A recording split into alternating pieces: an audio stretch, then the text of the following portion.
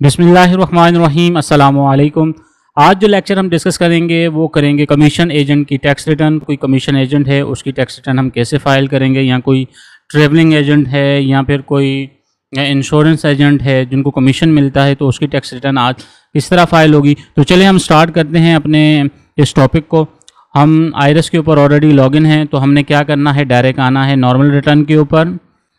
यहाँ से भी हम ओपन कर सकते हैं और डिक्लेरेशन से भी कर सकते हैं। तो हम डायरेक्ट बाहर से नॉर्मल रिटर्न को ओपन करते हैं और टैक्स ईयर 24 यहाँ पे लिख देते हैं। इधर आके हम इसको कंटिन्यू करेंगे।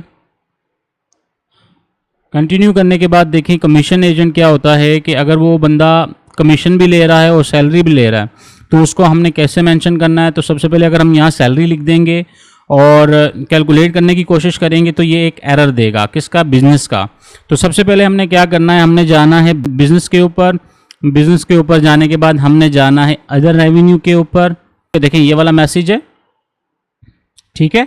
अगर हम नो करते हैं तो हमने क्या करना है, अदर रेवेन्यू पे आना है। अदर रेवेन्यू पे आने के बाद अदर्स के ऊपर आके हमने पूरे साल में जो हमने कमीशन लिया होगा वो हमने मेंशन कर देना है। इसको हम कर लेंगे कैलकुलेट। ये पूरे साल का हमारा कमीशन है। फिर हमने आना है एम्प्लॉयमेंट के ऊपर, सैलरी के ऊपर, पे वेजेस के ऊपर आएंगे। यहाँ पे आके हम अपनी सैलरी मेंशन कर देंगे। इसको कर लेंगे कैलकुलेट, ठीक है जी। फिर हमने आना है टैक्स चार्जेबल के ऊपर, कंप्यूटेशंस के ऊपर आते हैं। और ये देखें हमारी जो टोटल इनकम है वो 669 है और टैक्स चार्जेबल बन रहा है 8600 और नॉर्मल जो टैक्स बन रहा है वो 1733 है, ठीक है जी। डिफरेंस ऑफ मिनिमम 6867 और टोटल जो रिफ़ंड आ रहा है हमारे पास 18,692 का आ रहा है, ठीक है। अब हमने करना क्या है, हमने जो हमारे एज़ पर एक्चुअल जो टैक्स डिडक्ट हुए हैं वो हमने मेंशन करने हैं। कहाँ पे, फाइनल एंड फिक्स के ऊपर आए।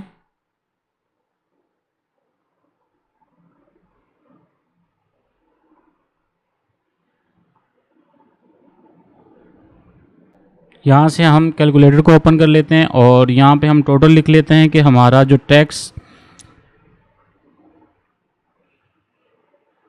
कमीशन का जो है 233.12 का वो कितना था, उसको हम कैलकुलेट कर लेते हैं पहले टैक्स को।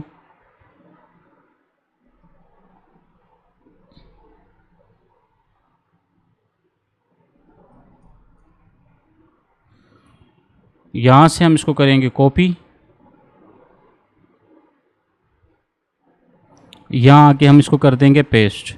कैलकुलेट कर लेंगे इसको और टैक्स की वैल्यू को भी हम सही कर लेते हैं। टैक्सेबल वैल्यू जो है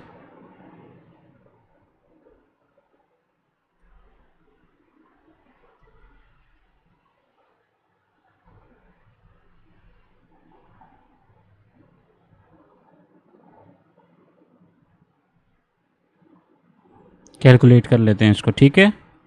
और जो 10% जो डिडक्ट हुआ है कमीशन 233 10% वो हमने यहाँ मेंशन करना है।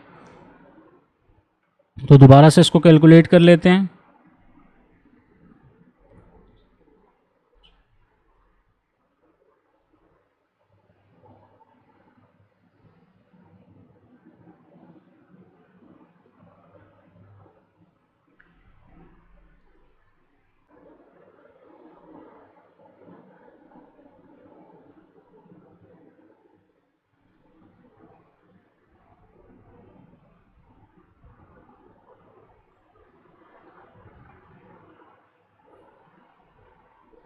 टैक्सेबल वैल्यू को भी हम कैलकुलेट कर लेंगे।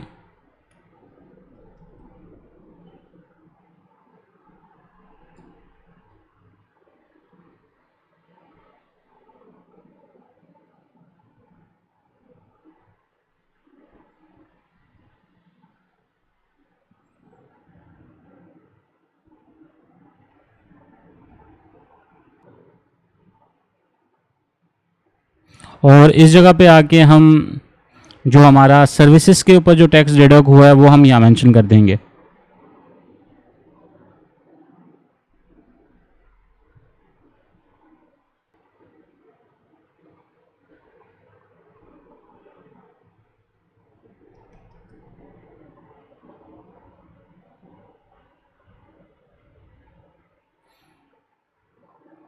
ठीक है जी, ये हमारा टोटल टैक्स हो गया।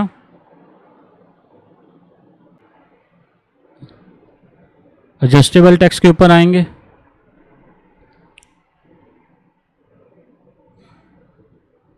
Remittance amount abroad through credit card debit card, यहाँ आके हम एक्चुअल वैल्यू लिखेंगे जो होगी।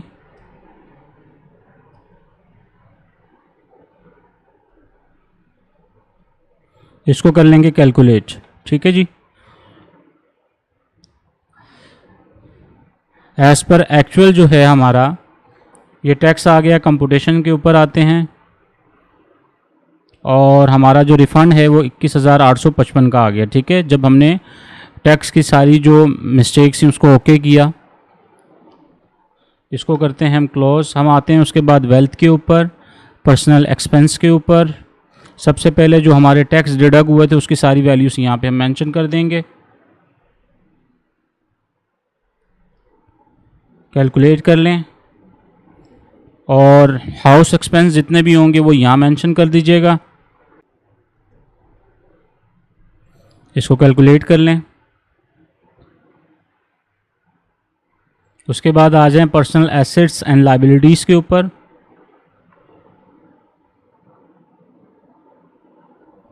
और एक चीज़ रह गई, इधर आएँ दोबारा बिज़नेस के ऊपर, बिज़नेस एसेट्स एंड इक्विटीज़ के ऊपर आएँ और यहाँ पे आके आप कर दें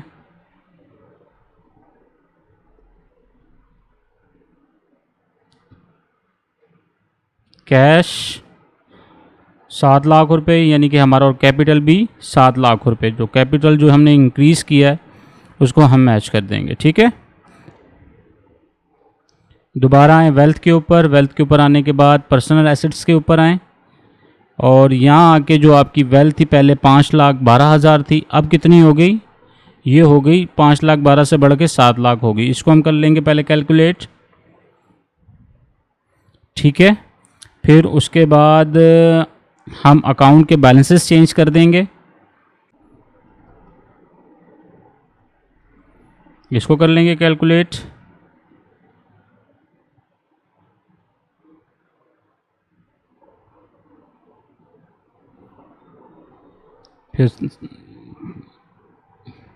फिर ये वाला भी बैंक अकाउंट का जो बैलेंस है उसको चेंज कर देंगे।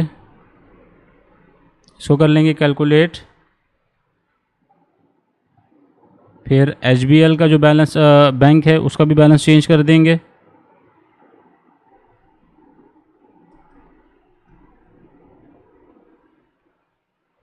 इसको भी कर लेंगे कैलकुलेट।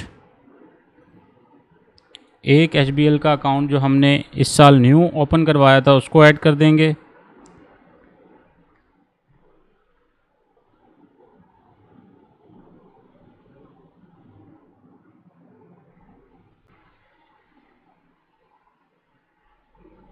उसकी भी वैल्यू को यहाँ हम मेंशन कर देंगे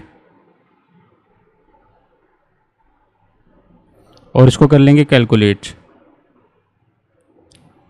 और जो हमारे पास कैश अवेलेबल है वो हम यहाँ मेंशन कर देंगे। नॉन बिजनेस जो होगा वो मेंशन करना होगा यहाँ पे। ठीक है,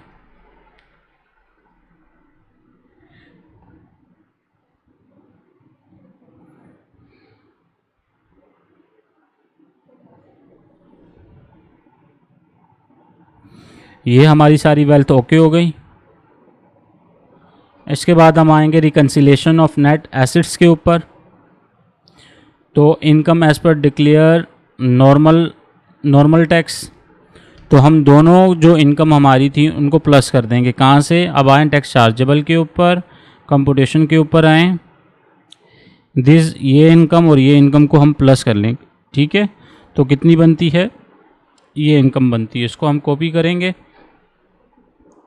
इसको क्लोज करेंगे, वेल्थ के ऊपर आएंगे, रिकन्सिलेशन के ऊपर आएंगे, नॉर्मल के ऊपर आके इसको कैलकुलेट कर लेंगे।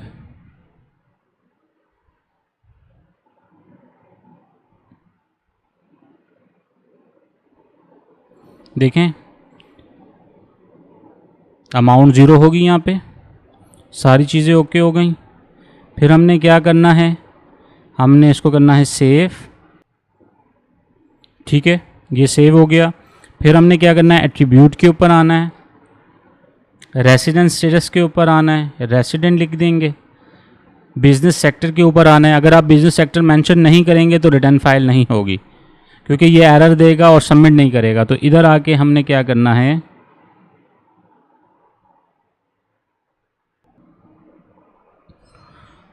बिज़नेस सेक्टर पे आके सर्विसेज प्रोवाइडर या ट्रैवल एजेंट यहाँ आके हम क्लिक कर देंगे, इसको यहाँ से सेव करेंगे दोबारा से। ठीक है, डेटा पे आएंगे, दोबारा प्रिंट निकाल के एक बार हम चेक कर लेंगे इसको। ठीक है, ठीक है, इसको एक बार चेक कर लीजिएगा। उसके बाद आपने क्या करना है, सेव करना है, देन सबमिट पे क्लिक कर देंगे। ये मैन्युफैक्चरिंग एंड ट्रेडिंग ये अकाउंट्स मांगेगा, तो ये आपने क्या करना है, इसको यहाँ से इसका प्रिंट निकाल के इधर आके अटैचमेंट पे आएँ, इधर आएँ,